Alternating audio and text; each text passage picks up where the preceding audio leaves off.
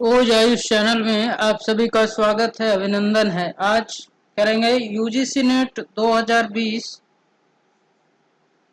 के लिए तैयारी योग सब्जेक्ट से। लेकिन आज क्या हो गया है कि पेपर 1 और पेपर 2 दोनों साथ में आते हैं, इसीलिए पूरा 150 क्वेश्चंस का सीरीज लेकर आए हैं आपके लिए, जिसमें हम आज सॉल्व करेंगे दिसंबर 2019 में जो क्वेश्चंस आए थे उसी को सॉल्व करेंगे, थोड़ा डिस्क्रिप्शन के साथ, डिटेल के साथ। तो चलिए स्टार्ट करते हैं। पहला क्वेश्चन जो है इसमें,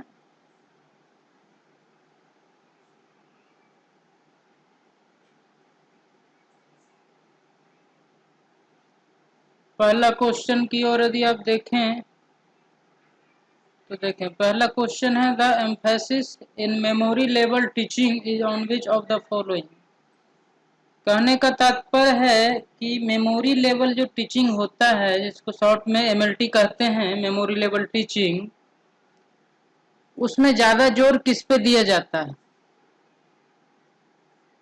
इसमें ऑप्शन दिए हुए हैं organisation of thoughts and ideas, क्या थॉट्स विचारों और आइडियाज को ऑर्गेनाइज जो किया जाता है उसको दिया जाता है। Seeing of relationship among facts, systematic presentations to enable quick reproduction और critical thinking, mastery of correct sequencing of facts और segregating one feature from another.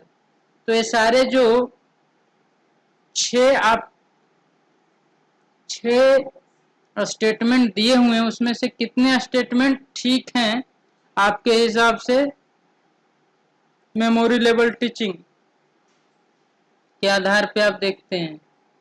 तो आप देखेंगे कि यहाँ आपका ये दिया हुआ, इसमें से आपको चुनना है।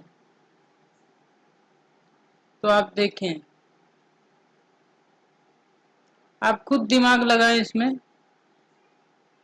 कि एमएलटी मेमोरी लेवल टीचिंग में क्या होता है कि आप चीजों को याद करने के लिए, जल्दी याद होने के लिए आप क्या क्या करते हैं। तो ऑर्गेनाइज करते हैं, किसी भी आइडिया, विचार, किसी भी चीज को ऑर्गेनाइज करते हैं, कहानी की तरह बनाते हैं उसको, मतलब organising, organisation of thoughts and ideas तो इसमें एमएलटी में रहेगा ही रहेगा। तो इसमें आप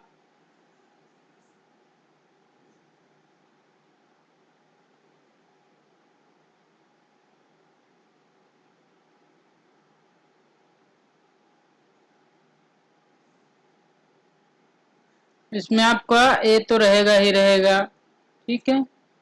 फिर आगे आप चलते हैं तो देखें, सीइंग ऑफ रिलेशनशिप एवं facts, systematic representation to enable quick representation, ठीक है। तो सिस्टमेटिक रिप्रेजेंटेशन मतलब एक सिस्टमेटिक वे में उसको अरेंज करते हैं ताकि आप जल्दी से याद कर सकें। आप देखें कि केमिस्ट्री के जो फॉर्मूलेज होते थे वो कितने तरह तरह के उसका शॉर्टकट बनाया जाता था, अरेंज किया जाता था, किस लिए कि याद करने के लिए। बड़े बड़े जो पीरियोडिक टेबल होते थे, जो लास्ट के अर्थ एलिमेंट्स जो होते थे उसके लिए अब देखें कितने तरह तरह के कोचिंग सेंटर में उसका बनाया जाता था। तो उस तरह की कहानी बनाया जाता था। वो क्या करता था, systematic representation to enable quick reproduction, उसको भी अलग अलग हेलोजन ग्रुप वाले को एक साथ, दूसरे ग्रुप वाले को एक साथ, अल्कलाइन को एक साथ, इस तरह से अरेंज करते थे। तो ये सिस्टमेटिक तरीके से अरेंज करना जरूरी हो जाता है क्विक रिप्रोडक्शन के लिए। यदि तुरंत आपको याद करना है उस चीज को तो कैसे याद करते थे, वही वो कहानी आप याद करते थे तो उससे आप तुरंत याद कर लेते थे। तो ये आपका सही हो जाएगा। दूसरा क्रिटिकल थिंकिंग, क्योंकि मेमोराइज करना है तो ज्यादा थिंकिंग की आवश्यकता तो होती नहीं है, तो ऐसे चला गया। फिर mastery of correct sequencing of facts, जो करेक्ट सीक्वेंसिंग है आपका, सही सीक्वेंस है, उसमें मास्टरी होना जरूरी है, तो ये आपका सही है। तो MLT के लिए इतना चीजें सही है, ए सी और ई। तो ए सी और ई इसका आंसर जो है सो हो जाएगा। यहाँ पे ए सी किस में है, ए सी एंड ई, तो ये दूसरा नंबर आपका सही है, तो करेक्ट ऑप्शन 2 हो जाएगा। तो यहाँ पे चल रहे हैं फिर, क्योंकि क्वेश्चन में आप देखें आपका जो रिस्पॉन्स आएगा यूजीसी नेट से निकल कर, वो देखेंगे तो एक कोडिंग में आएगा। इस टाइप से जो कोडिंग है नंबरिंग का, इस टाइप से आपको मिलान करना होता है। तो फाइनल आंसर की के अनुसार यही है आंसर भी। ये जो आंसर यहाँ पे टिक करेंगे वो उसमें कोई गलत होने की गुंजाइश नहीं है, क्योंकि जो फाइनल आंसर की है यूजीसी नेट का उसके अनुसार यहाँ पे करेंगे। तो इसीलिए उस चीज का भ्रम ना पालें कि कोई गलत भी हो सकता है इसमें से बिल्कुल भी चांस नहीं है कि कोई गलत हो जाए। इसको यदि इंग्लिश में कोई दिक्कत है, कठिनाई है, तो हिंदी भी इसका पढ़ते रहें, हिंदी को भी पढ़ें, ताकि आप ठीक तरीके से क्वेश्चन को समझें। समझना बहुत इंपॉर्टेंट है। क्वेश्चन को एक बार में ना समझ में आए तो 2 बार पढ़ें, 3 बार पढ़ने से ही क्वेश्चन सॉल्व हो जाता है। बहुत बार ऐसा होता है कि आप क्वेश्चन को 2-4 पढ़ें, 2-3 बार आंसर आपको खुद ब खुद मिल जाएगा। तो इसीलिए क्वेश्चन को समझना अति आवश्यक है, जरूरी होता है। दूसरा, आप सेट में आ जाएं तो सेट 1 सेट 2। सेट 1 में क्या है, बिहेवियर का मॉडिफिकेशन टेक्निक्स दिया हुआ है। बिहेवियर व्यवहार में जो मॉडिफिकेशन करने का टेक्निक है वो दिया हुआ है, और उसका जो एग्जाम्पल है सो सेट 2 में दिया हुआ है। तो इसका मिलान करना है आपको। तो देखें, पॉजिटिव इन्फोर्समेंट, किसी को यदि पॉजिटिव वे में लेते हैं, पॉजिटिव बातें बोलते हैं, तो उस पर क्या प्रभाव पड़ेगा किसी पे। तो उसका एग्जाम्पल यहाँ पे आप देखें, इसका एग्जाम्पल और चौथे में देखेंगे। The behaviour increases in frequency after the presentation of A stimulus. यदि आप किसी चीज को बोलेंगे कि ये ड्रेस आपको बहुत अच्छा लग रहा है, तो वो क्या करेगा, फ्रीक्वेंसी को बढ़ा देगा, वही ड्रेस को ज्यादा बार पहनेगा, फ्रीक्वेंसी को क्या करेगा, बढ़ा देगा। तो वही यहाँ लिखा हुआ है, the behaviour increases in frequency. जो बिहेवियर अभी वो मेंटेन करके रखा, यदि उसकी प्रशंसा आप कर देते हैं, पॉजिटिव फीडबैक देते हैं, तो उसी बिहेवियर को वो आगे मेंटेन करने की कोशिश करेगा। और नेगेटिव इन्फोर्समेंट, यदि आप नेगेटिव बातें बोल देते हैं उस चीज को लेकर, तो क्या होता है कि नेगेटिव इन्फोर्समेंट री में आपको the behaviour increases in frequency after the removal of stimulus. Behaviour जो है इसका वो और बढ़ जाएगा, घटेगा नहीं, और बढ़ जाएगा। कब, जब आप इसका फ्रीक्वेंसी रिमूवल कर देंगे, जब आप वहां से चले जाएंगे, तो इस तरह के बिहेवियर उसका और बढ़ जाएगा। नेक्स्ट में सी, पनिशमेंट। पनिशमेंट से क्या है, इसका एग्जांपल आप देखें। पनिशमेंट आप देखते हैं कि पेनफुल चीज है ये। पनिशमेंट किसी को भी देंगे तो उसको पेन ही तो होगा ही होगा। Presented to stop occurrence of behaviour, किसी यदि गलत व्यवहार है तो उसको हटाने के लिए पनिशमेंट उसका दिया जाता है। एग्जाम्पल इसका हो गया एक्सटिंक्शन, मिसमन करना, नाश करना, एक्सटिंक्शन। एक्सटेंशन का एग्जाम्पल क्या हो जाएगा, withdrawal of a pleasant stimulus और application of an aversive stimulus to stop the behaviour. तो अब देखें, ए को 4, बी का 3, सी का 2 और डी का 1, जहां भी मिल रहा हो वही आपका आंसर हो जाएगा। तो अब देखें, ए का 4, बी का 3, सी का 2, इसमें मिल रहा है तीसरा नंबर, तो ये आपका सही आंसर हो जाएगा। यहाँ पे आप मिलाने की बात करें तो आप देख लें, 1 का 4, बी का 3, ये आपका सही आंसर। तो यहाँ पे आप देखें तो तीसरे नंबर पे इसको आप कह सकते हैं कि सही आंसर। नेक्स्ट आप चलें क्वेश्चन नंबर 3 में जाएंगे। यहाँ आप हिंदी, यदि आपको कुछ दिक्कत हो इंग्लिश में तो हिंदी देख लें, हिंदी देखने से भी बहुत सारी समस्याएं सॉल्व हो जाती है। लेकिन फाइनल जो आंसर है सो इंग्लिश को ही वरीयता और मान्यता दी जाती है। किसी में यदि कॉन्फ्लिक्ट हो तो इंग्लिश वाले को ही ज़्यादा वैल्यू दिया जाएगा। अब यहाँ आते हैं, आप पाएंगे तीसरा क्वेश्चन में, तो देखें, the most characteristics features of an adolescent learner. Adolescent learner उसी को कहते हैं जो नौसिखिया जिसको बोलते हैं, 13 से 19 साल के बीच का जो लड़का हो उसे एडोलेसेंस बोल सकते हैं।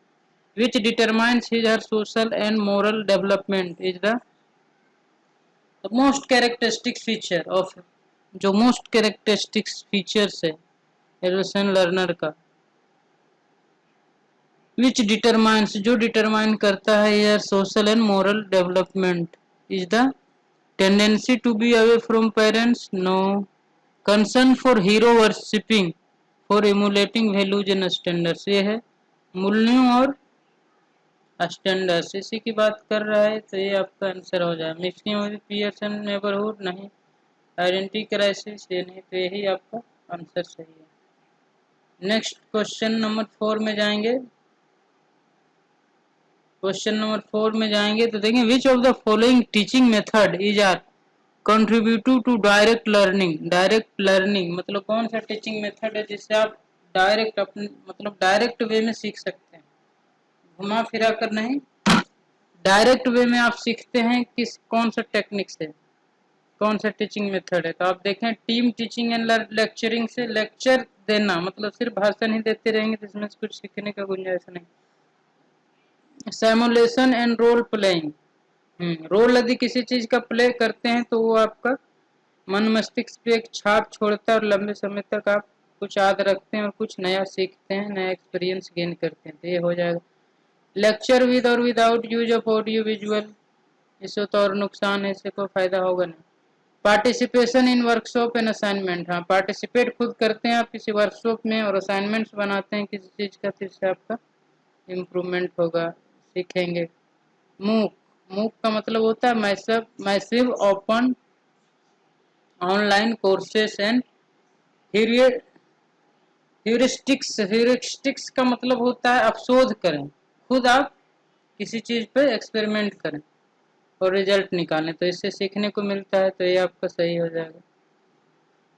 इंटरेक्टिव प्रेजेंटेशन, तो आपका बी डी एंड ई जो सही आंसर है वो होना चाहिए बी डी एंड ई, तो बी डी एंड ई इसी में है, तो ये आपका सही हो गया। आप अपने दिमाग को, कॉमन सेंस को भी जरूर अप्लाई करें, तब आप नहीं चुकेंगे, क्यों बहुत सारे क्वेश्चन ऐसे होते हैं जो सिर्फ आप यदि कॉमन सेंस अप्लाई करेंगे तो आसानी से बना सकते हैं। नेक्स्ट 5th नंबर क्वेश्चन आप देख लें, which of the following is an example of maximum performance test. देखें, मैक्सिमम परफॉर्मेंस टेस्ट कौन सा है, इसमें से जितने भी टेस्ट होते हैं आप देखें कि टेस्ट आप देते आ रहे हैं इतने दिनों से, तो मैक्सिमम परफॉर्मेंस को कौन जज कर लेता है। Projective personality test, interest inventory test, attitude scales, aptitude aptitude test. तो आप जानते हैं कि ये सभी टेस्ट हैं, लेकिन आप सबसे ज़्यादा किसके बारे में जानते हैं, एप्टीट्यूड टेस्ट। हर जगह किसका नाम सुनते हैं, एप्टीट्यूड।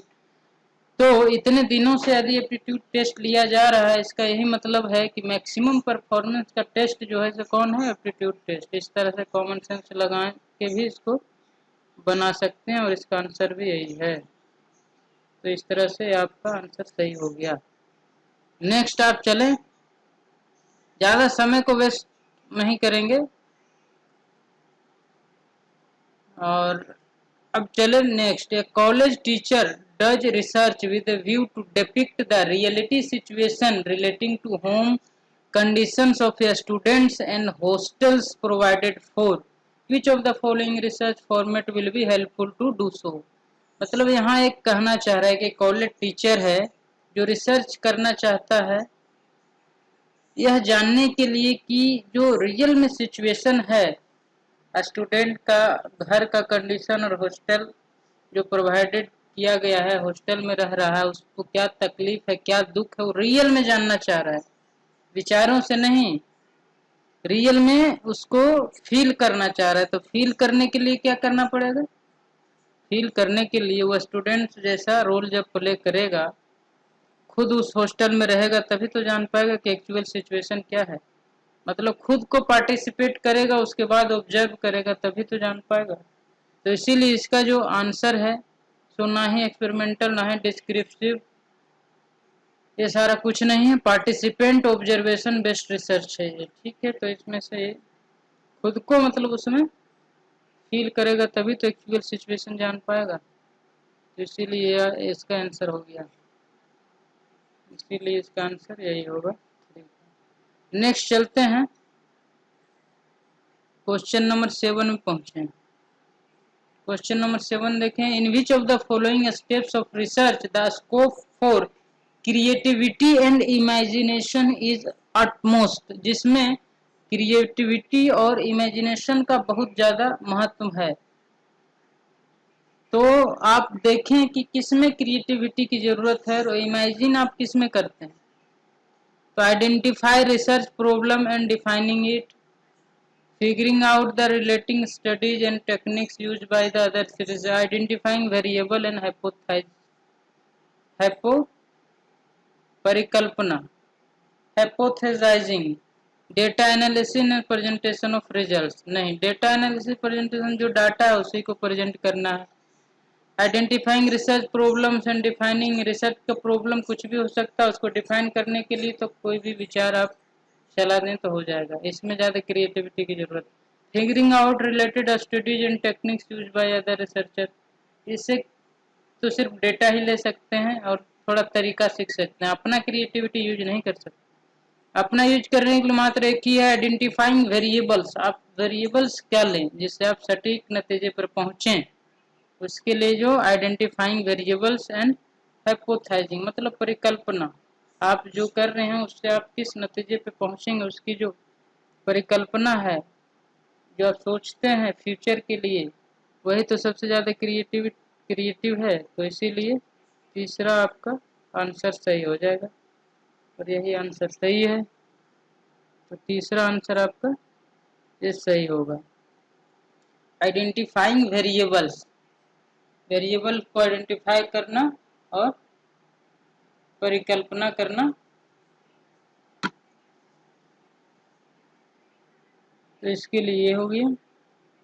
अब नेक्स्ट चलते हैं 8th नंबर का क्वेश्चन में। 8th नंबर का क्वेश्चन आप देखें, ये क्वेश्चन बहुत बार बार आता है 8 नंबर का। A research scholar while finally reporting the research results in the form of a thesis acknowledges the support of his or supervisor in the preface, this will be treated as a, Bharat में नैतिकता का बहुत ज्यादा महत्व है जैसा कि आप जानते हैं।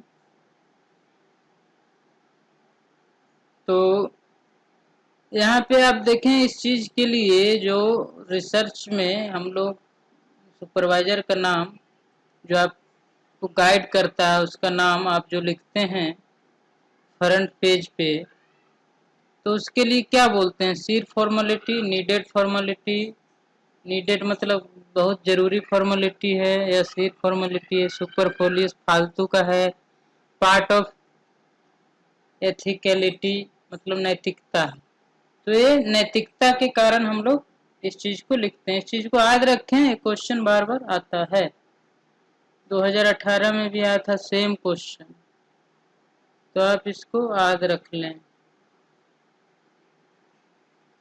कुछ चीजें हैं जिसमें ज्यादा दिमाग लगाने की जरूरत नहीं होती है, सीधा सीधे याद कर लेने में ही फायदा है। नेक्स्ट आप देखें क्वेश्चन नंबर 9। क्वेश्चन नंबर 9 में देखें कि in case of population of research is heterogeneous, यदि आप देखें कि रिसर्च करना और पॉपुलेशन जो है आपका वो हेट्रोजेनियस टाइप का, इवन नहीं है, अलग अलग टाइप का ग्रुप ऑफ है। तो विच of the following sampling technique will ensure optimum representativeness of sample units.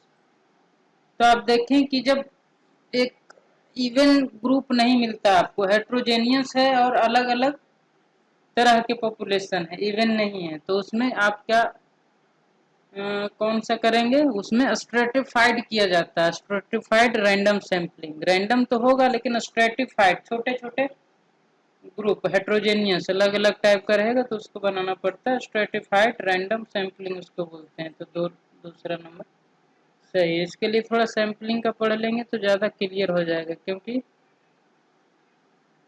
बहुत तरह के सैंपलिंग होते हैं, तो उसके जानकारी के लिए आप थोड़ा सैंपलिंग को जरूर पढ़ें, सैंपलिंग से क्योंकि क्वेश्चन आता है बराबर।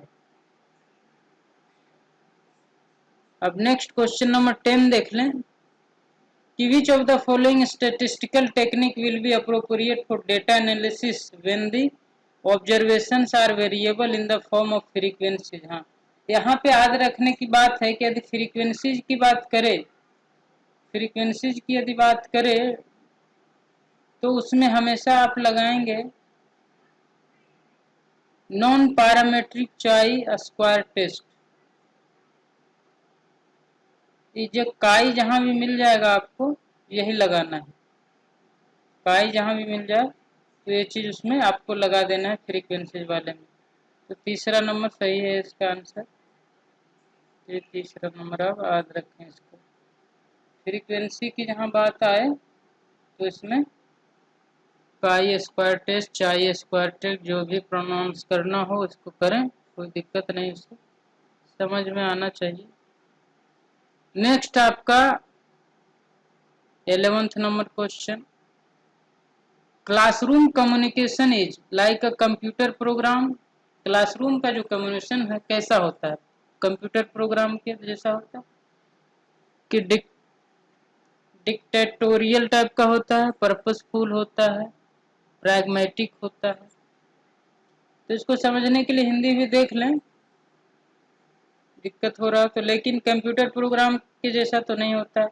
हाँ, डिक्टेट जरूर करता है, तो ये तो होगा इस टाइप का। फिर जब क्लासरूम में कम्युनिकेशन कोई पर्पस के लिए होता है, पर्पसफुल होता है, तो ये तो होगा। ठीक है, तो बी एंड सी जिसमें होगा वही आंसर होगा, बी एंड सी। तो दूसरा नंबर आपका सही आंसर है इसका, दूसरा नंबर सही आंसर हो जाएगा, दूसरा इसमें सही आंसर होगा। नेक्स्ट आप देखें इसका हिंदी, तो कक्षा संप्रेषण है आदेशात्मक, प्रयोजन मूलक, व्यवहारिक, तो इसे भी आप सही से समझ सकते हैं। नेक्स्ट 12वां क्वेश्चन में आएंगे, स्वैपिंग ऑफ इनकोडर, जैसे कि किसी का सिम स्वाइप हो जाता है और उसके अकाउंट से पैसा निकल जाता है, तो उसी तरह swapping of encoder decoder roles in communication happens due to semantic noise, weak channelization, feedback analysis. तो ये क्यों होता है, आप देखते हैं कि स्वैपिंग कब होता है, जब देखें कि आपका फोन हैक कर लिया गया है और हैक करने के बाद आपका जो फीडबैक सिस्टम है, जो आपका फीडबैक मिल रहा है, वो जो हैक आपके फोन को किया है उसको भी सारी जानकारी मिल रही है। जैसे जो भी ओटीपी आपके स्क्रीन पे आ रहा है वो वहां से वो आपका, क्योंकि पूरा फोन ही हैक कर लिया है, तो जो भी ओटीपी आपके पास आ रहा है वो वहां पे उस ओटीपी को भी देख पा रहा है, मतलब फीडबैक एनालिसिस करने में सक्षम हो जा रहा है। तो इसीलिए ये swapping of encoder decoder communication happen due to feedback analysis, ये फीडबैक एनालिसिस के चक्कर में हो जाता है, तो इसीलिए तीसरा नंबर इसका सही आंसर होगा। नेक्स्ट अब चलेंगे क्वेश्चन नंबर 13 की ओर।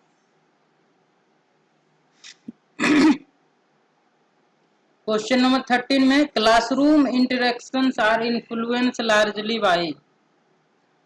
क्लासरूम का इंटरेक्शंस किसके पर निर्भर करता है सबसे ज्यादा, तो यदि स्टूडेंट चाहे तभी हो पाएगा। Teacher centric environment, teacher centric environment में संभव नहीं, अनसोलिसिटेड इंटरेक्शन संभव नहीं, ऑर्गेनाइजेशनल ओवरसाइट भी संभव नहीं। मतलब स्टूडेंट यदि चाहे तभी क्लासरूम का इंटरेक्शन जो है सो ज़्यादा से ज़्यादा संभव है। तो ये टोटली डिपेंड होता है स्टूडेंट्स के कमिटमेंट पे, तो इसीलिए इस चीज़ को आप याद रखें तो ज़्यादा ठीक है। इसका आंसर 1 हो गया। नेक्स्ट अब आए 14 number. When a large number of students with different performance levels are there in the class for uniform imparting of educative interactions, a teacher should opt for a communication which is। यदि यहाँ पे question है कि यदि एक बड़ा number of student, बहुत बड़े तादाद में स्टूडेंट हैं जो कि डिफरेंट परफॉर्मेंस वाले हैं और सबके पास आवाज़ पहुंचनी चाहिए, सबको ठीक ठीक सुनाई देना चाहिए, समझ में आना चाहिए, तो उसके लिए किस टाइप का कम्युनिकेशन की बात कर रहा है यहाँ, मास्टरी ऑफ सब्जेक्ट की नहीं बात कर रहा है कि किस टाइप का कम्युनिकेशन, मतलब आवाज़ प्रॉपर सुनाई देना चाहिए, समझ में आना चाहिए। तो प्रॉपर कम्युनिकेशन के लिए क्या होना चाहिए, बहुत बड़े तादाद में यदि लोग हैं तो प्रॉपर माइक वाइक का अरेंजमेंट होना चाहिए। तो इसीलिए यहाँ पे इसका आंसर क्या हो जाएगा, टेक्नोलॉजी इनेबल्ड होना चाहिए।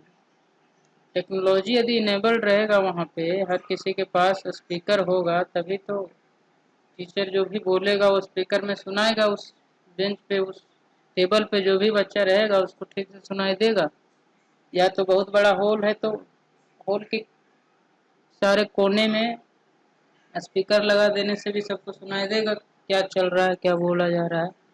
या प्रोजेक्टर लगा के भी इस पढ़ाई करवाया जा सकता है, जैसे कि आप कोटा वोटा में देखे होंगे, प्रोजेक्टर लगा के एक साथ 250, 300, 500, 1000 बच्चे को पढ़ाया जाता है। तो टेक्नोलॉजी के कारण, टेक्नोलॉजी इनेबल्ड सिस्टम। तो ये इसका दूसरा आंसर हो गया।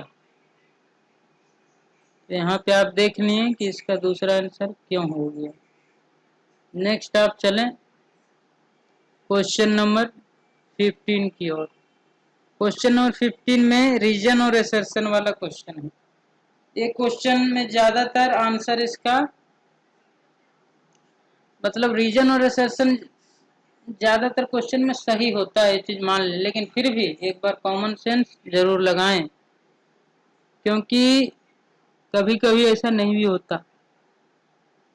तो assertion, classroom communication is pre decided by social and institutional demands. Classroom communication जो है सो प्री डिसाइडेड होता है, सोशल और इंस्टीट्यूशनल डिमांड्स प्री डिसाइडेड होता है, ठीक है। तो इसके लिए positive educative action should guide learners to acquire knowledge of social significance. तो इसका एसेशन और रीजन दोनों सही है, क्योंकि ये प्री डिसाइडेड होता है और बच्चों में क्या डेवलप करना उसके आधार पे ही लेक्चर और बातें सिखाई जाती है। और यहाँ पे इसमें दिया हुआ है कि पॉजिटिव, मतलब पॉजिटिव वे में एजुकेट किया जाए, कहाँ पे कौन सा एक्शन लिया जाए इसके बारे में सिखाया जाता है, और नॉलेज दिया जाता है सोशल सिग्निफिकेंस, सामाजिक महत्व के बारे में भी बात बताई जाती है। तो ये चीज मैच करता हुआ है। तो एसेशन और रीजन दोनों सही है। तो both A and R are true and R is the correct explanation of A. तो इसीलिए इसका आंसर 1 हो जाएगा। तो इसका आंसर आपको 1 हो जाएगा। अब नेक्स्ट चलते हैं। नेक्स्ट जब चलें, आप नेक्स्ट में देखेंगे 16 नंबर क्वेश्चन। अब यहाँ पे आ जाएं। अब ये ऐसा क्वेश्चन बहुत सारा आता है, कॉमन सेंस का क्वेश्चन है, कोई कैलकुलेशन नहीं करना इसमें। मैथमेटिक्स आपका वीक यदि है फिर भी आपको बस थोड़ा सा दिमाग लगाने की जरूरत। The length of the side of a square 5 centimetre and 5 centimetre increase by 1%। मतलब 1%, इसका ये गुणांक को नहीं बढ़ाने की बात कर रहा है, 1% है लेंथ बढ़ाने की बात कर रहा है। तो 1-1% दोनों में बढ़ा देगा, कितना बढ़ जाएगा, 2%। सिंपल सा है, इसमें ज्यादा दिमाग लगाना की जरूरत बिल्कुल नहीं है। तो इसीलिए दूसरा इसका आंसर हो जाएगा, 2% बढ़ा दिया। अब नेक्स्ट क्वेश्चन नंबर 17 में जाएंगे। अब यहाँ देखें, ये बहुत ही डिफिकल्ट क्वेश्चन है, लेकिन बस दिमाग लगाना है आपको। यहाँ पे identify the term x in the following series. आपको इसमें कोई सीरीज नजर नहीं आएगा, लेकिन 3 एक इवन नंबर, एक ऑड नंबर है, इवन नंबर है, फिर एक ऑड नंबर है, फिर इवन नंबर आ रहा है, फिर उस टाइप का ऑड नंबर टाइप का आ रहा है, फिर इवन टाइप का नंबर आ रहा है, फिर और इसीलिए यहाँ पे इसके बाद फिर इवन आएगा, तो इसमें से आंसर ए हो जाएगा 62। दिमाग ज़्यादा नहीं लगाना है इसमें, बिल्कुल आसान है, लेकिन लगता है बहुत डिफिकल्ट क्वेश्चन आ गया।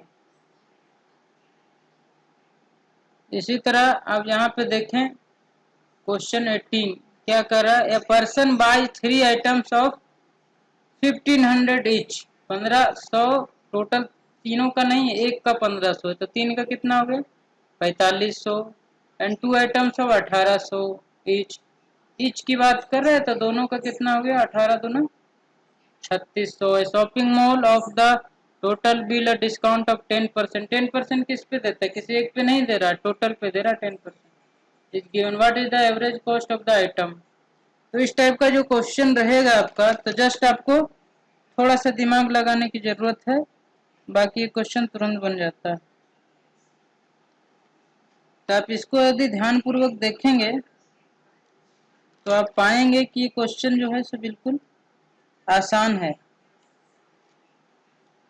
अब देखें आप कि टोटल इसको जब जोड़ेंगे आप 15 या 4500 और उसके बाद 3600, 18 दूना 3600, दोनों को जोड़ेंगे तो 8100 हो जाएगा। 8100 का 10% यदि काट देंगे तो एक जीरो समाप्त हो जाएगा, तो 810 रुपया हो जाएगा, मतलब 810 रुपये का डिस्काउंट मिलेगा। तो 810 को माइनस करेंगे तो 7300 आपका आ जाएगा। अब 7300 डिवाइडेड बाय टोटल आइटम कितना होगा, 3 आइटम यहाँ है, 5 और 2 आइटम यहाँ है, टोटल 5 आइटम, तो 73/5 यदि आप करेंगे तो आपको 1458 के लगभग आएगा। तो ये 1458 आपका आंसर हो जाएगा, दूसरा नंबर। तो बहुत आसान है, बस थोड़ा सा ध्यान से क्वेश्चन को पढ़ना होता है, बाकी उतना टफ भी नहीं आता और ना ही बहुत आसान भी नहीं कर सकते, क्योंकि आप कंसंट्रेट होकर पढ़ेंगे तभी समझ में आएगा, तो आसान कहाँ हुआ। नेक्स्ट क्वेश्चन नंबर आप 19 में चले जाएं तो आप देखेंगे कि 50-year-old man has a son whose age is 2/5 of his age। यदि 50 साल का एक बूढ़ा है, ओल्ड मैन है, तो उसका बेटा 2/5 ऑफ हिज एज, तो इसको यहाँ से 2/5 इंटू 2/5 कर देंगे तो आपको पता चलेगा कि इसका जो बेटा है सो 20 साल का है, जो बूढ़ा 50 साल का है। तो after how many years the ratio of the age of man his son will be 5/3। तो यहाँ पे आप इक्वेशन जब क्रिएट करेंगे और 5/3 करेंगे तो आपका निकल के आएगा 25 ईयर। जिस तरह से सिंपली आप 9th 10th में बनाते थे 100 करके, उसी तरह से बनेगा ये। तो 25 ईयर्स आपका निकल के आ जाएगा आंसर, इसमें तो कुछ करने का है नहीं। नेक्स्ट अब देखें a the smallest integer greater than 1 which is simultaneously a square and a cube of certain integer is। तो आप देखें कि स्क्वायर भी है, ठीक है, और क्यूब भी बन जाता है, तो ऐसा तो एक ही नंबर इसमें नजर आ रहा है, जो 64 है, क्योंकि 8 जो है सो क्यूब भी होता है, और 8 इंटू 8 64। तो इस तरह से आप देखें कि 20 क्वेश्चन आज हम लोग समाप्त कर चुके हैं। तो इस तरह से 20 क्वेश्चन करके हम लोग पूरे तरीके से इस सीरीज को ख़त्म करेंगे। इसके बाद दिसंबर वाले क्वेश्चन के बाद आएंगे हम लोग जून वाले पे। इसी तरह जो जितने भी सेट हैं 3-4 सेट इतना कर लेंगे आप यदि, तो आपको प्रैक्टिस हो जाएगा इस तरह का क्वेश्चन को सॉल्व करने का। उसके बाद आप आसानी से यूजीसी नेट 2020 में यदि होगा तो ठीक है, नहीं होगा तो 2021 में भी होगा। जब भी होगा आप आसानी से इसको क्रैक कर पाएंगे। तो आज के लिए बस इतना ही। धन्यवाद, थैंक यू। चैनल को सब्सक्राइब कर लें यदि आपको अच्छा लगा हो, और जुड़े रहें ताकि सारे सीक्वेंस को सॉल्व करेंगे। सारे ओल्ड क्वेश्चन पेपर को हम लोग सॉल्व करने वाले हैं, और इसका जो आंसर जो टिक कर रहे हैं वो एग्जैक्ट है, कोई इसमें डिफरेंस नहीं है, ना ही कोई गलत होने की संभावना है, क्योंकि यूजीसी का फाइनल आंसर की से ये आंसर लिया गया है। Thank you very much, have a great day ahead।